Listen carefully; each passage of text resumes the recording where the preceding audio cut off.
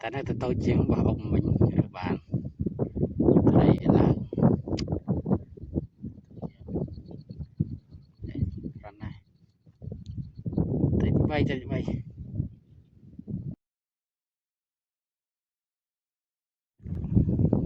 ខ្លះគីឡូទេធំឯងប៉ុណ្ណេះតែស្រ័យទី4បាទ